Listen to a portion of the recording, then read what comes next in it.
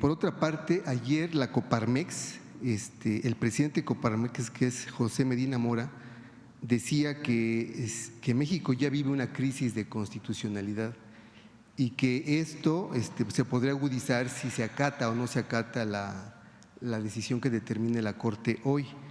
Y bueno, lo que yo le quiero preguntar es si usted ha sopesado bien los efectos que esto podría tener en la incertidumbre en las inversiones e incluso en la afectación a la creación de empleos. ¿Y por qué no le preguntan a la Corte?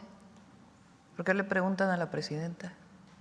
¿Por qué no le preguntan a la Corte, el presidente de Coparmex,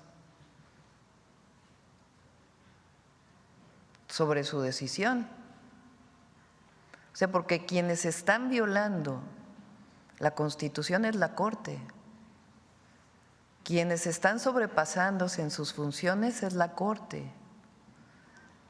Entonces, ¿por qué el periódico El Financiero o Coparmex no le pregunta a los 8 ministros de la Corte si ya sopesaron bien su decisión? Si 8 ministros pueden ir en contra de un pueblo de millones y millones de votos, por ahí de 36 millones. Si ya preguntaron a la Corte si puede ir en contra del constituyente. O sea, ¿por qué el tema es de la presidenta? Cuando es la Corte quien está queriendo legislar, cuando no tiene esas funciones en la Constitución.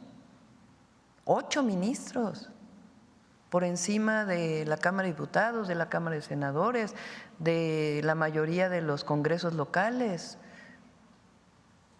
de la soberanía que está en el pueblo. Entonces habría que preguntarle, habrá que dirigir este cuestionamiento a los 8 ministros de la Corte y ministras.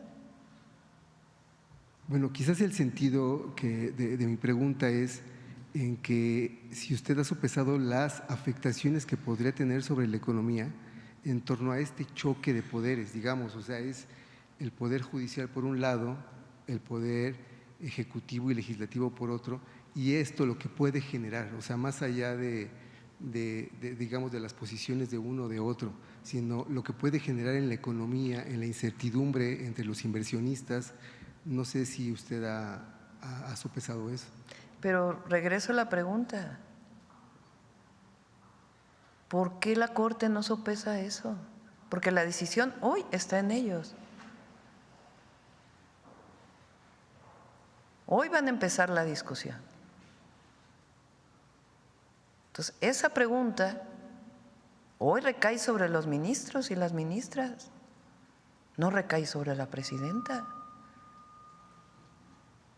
O sea, lo que está haciendo la presidenta hoy es decirle al pueblo de México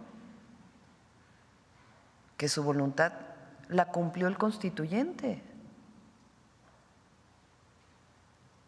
Y quien está poniendo en tela de juicio esa decisión es la Corte.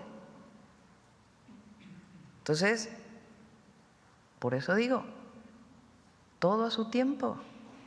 Hoy le toca a la Corte, no le toca a la presidenta.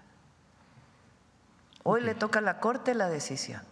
Entonces la pregunta es a la Corte, ¿ya sopesaron las y los ministros de la Corte la decisión que van a tomar? O sea, ¿por qué ahora dicen que defienden la democracia? Que defienden la Constitución. Bueno, si defendieran la Constitución, pues estarían defendiendo lo que ya decidió el constituyente.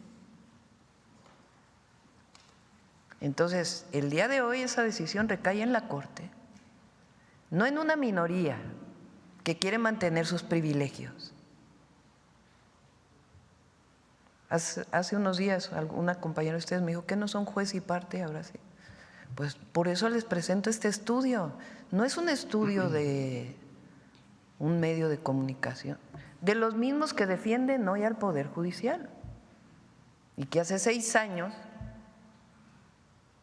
decían que se llamaba poder familiar de la Federación. ¿Qué ha cambiado?